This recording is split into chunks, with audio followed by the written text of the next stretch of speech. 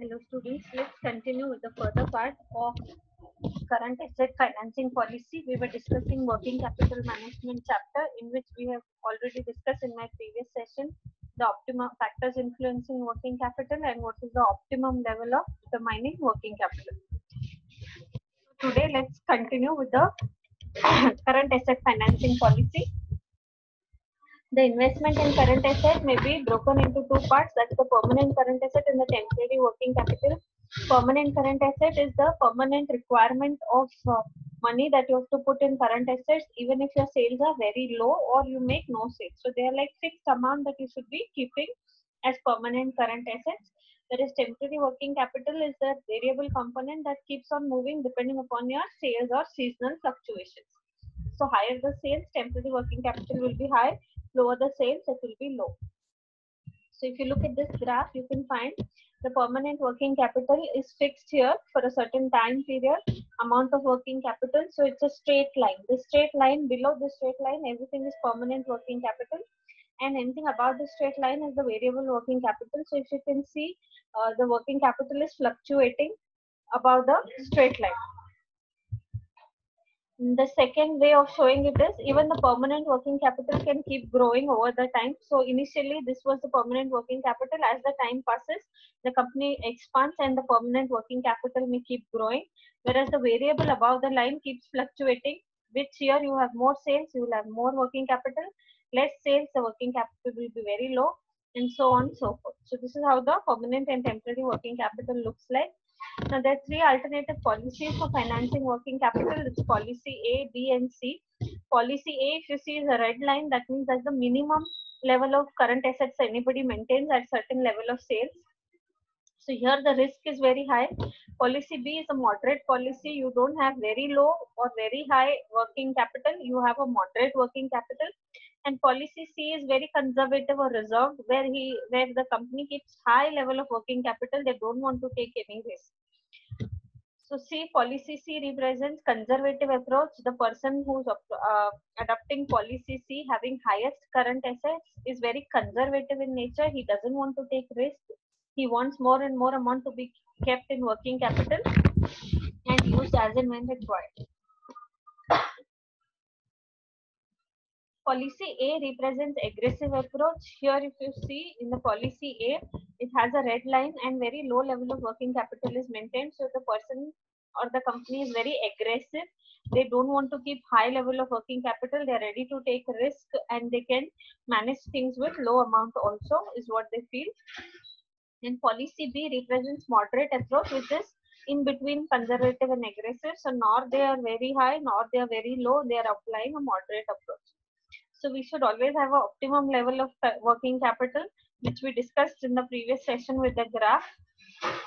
Your carrying cost and shortage cost, wherever they intersect, you get an optimum level of working capital. Risk of long-term versus short-term debt also is to be taken into account when you think about these policies, because how are you going to finance your working capital? Are you going to get it from long-term loans or are you going to borrow short-term loans, is what you have to see. Matching approach to asset financing. Now here if you see, the long-term debt plus fixed asset, permanent current assets are fully financed by long-term debt and equity capital, whereas the variable, that is the fluctuating current assets, are financed by short-term debt. So this is called as matching approach. Whatever is permanent, the long-term and the equity capital will take care. Whatever keeps on fluctuating, you as and when you need, you go on borrowing through the short-term debt. Conservative approach, what they do, just see here, they are taking long-term debt for fixed assets, permanent current asset, and a certain portion of variable proportion also. And very small portion they go for short-term debt. So they don't want to take risk. Whatever long-term money they have, that they invest in working capital. Majority of the working capital is taken care by long-term debt, and very small portion is taken care by short-term debt. Whereas in case of aggressive approach, most of the thing is taken care by short-term debts. You can see here fixed assets and only some portion of permanent assets is taken by long-term debts. Half of the permanent current assets and full variable current assets are taken care by short-term debt.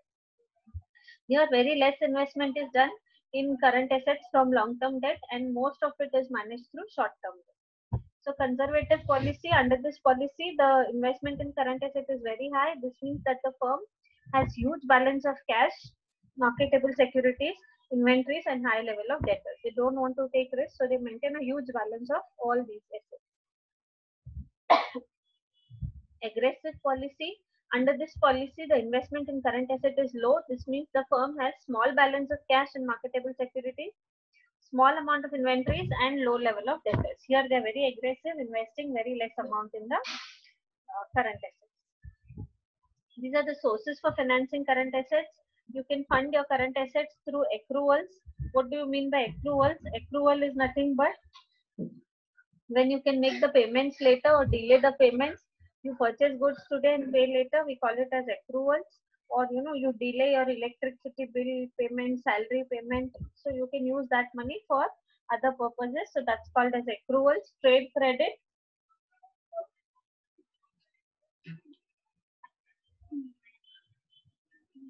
trade credit is something that you can get goods on credit, so you basically buy now and pay later. Working capital advanced by commercial bank. This is a loan taken from commercial bank for working capital purpose. Public deposits. Here you accept deposits from the public for working capital investment. Intercorporate deposits. Here you can take help of other firm to get the deposits. So you tell other firm to give you or lend you money for your working capital need. Short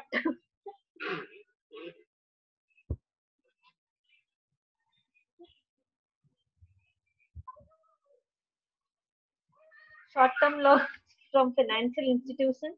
Here you basically take loans from financial institutions other than banks for financing the working capital. Commercial papers, these are the papers issued by the company to borrow money for working capital requirement. It's like bonds, short-term bonds, factoring of the company, which help in collecting your debtors on behalf of you. So you tell the factoring agency to give you money now in advance for working capital, and you sell your debtors to them. They will collect money from the debtors on behalf of you. Working capital trade-offs. Now, if you have accounts receivable at high level, the benefits are your customers are happy, your sales are high. The disadvantages are it is very expensive because you give huge amount as credit, high collection cost, increasing financing cost. But if you keep low level accounts receivable, you will have dissatisfied customers, you will have lower sales, and the benefit is it is less expensive. Accounts payable and accruals. So if you're paying later, they give you credit.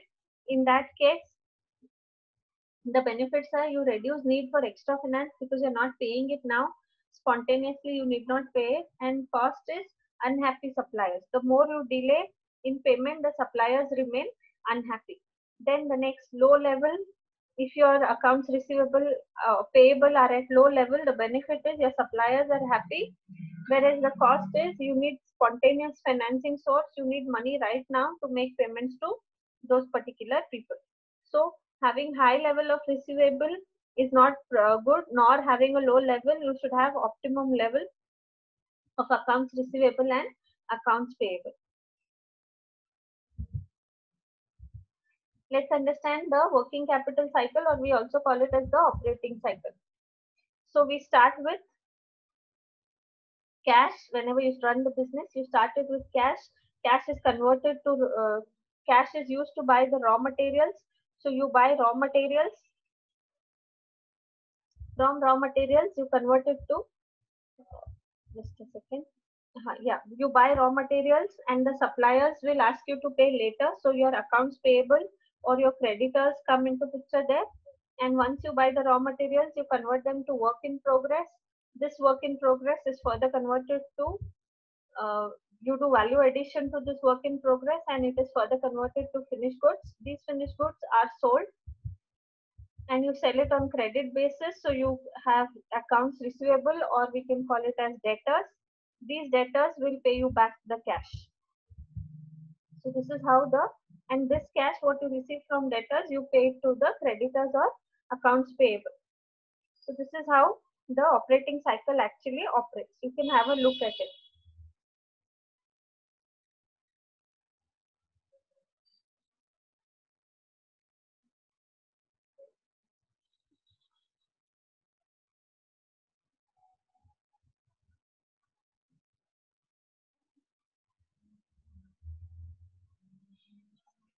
So let's move further. What's the difference between operating cycle and financial and cash cycle? The operating cycle, the time between the purchase of raw material and the collection of cash for sales is referred to as operating cycle. So the day you purchase the raw material, convert it to work in progress, then finished goods, and then sell it and receive cash, we call it as operating cycle. Whereas the cash cycle says the time between payment for raw material purchases and collection of cash for sales is referred to as cash cycle. So here one new thing is added, that is you need to also pay for raw material. Here you are only receiving cash from sales, but you have to also consider payment for raw materials in this case.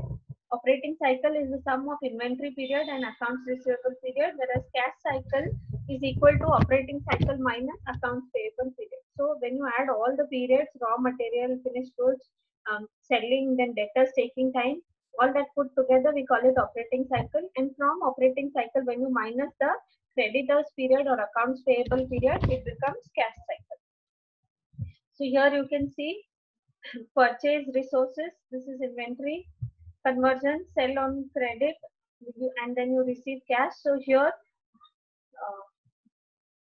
this entire thing we can call it as operating cycle. And if I have to find cash cycle, from operating cycle I should minus the payable period, I get the cash cycle. So this full is the operating cycle doing all these things. And from this operating cycle, if I remove creditors payment period, I'll get the cash cycle.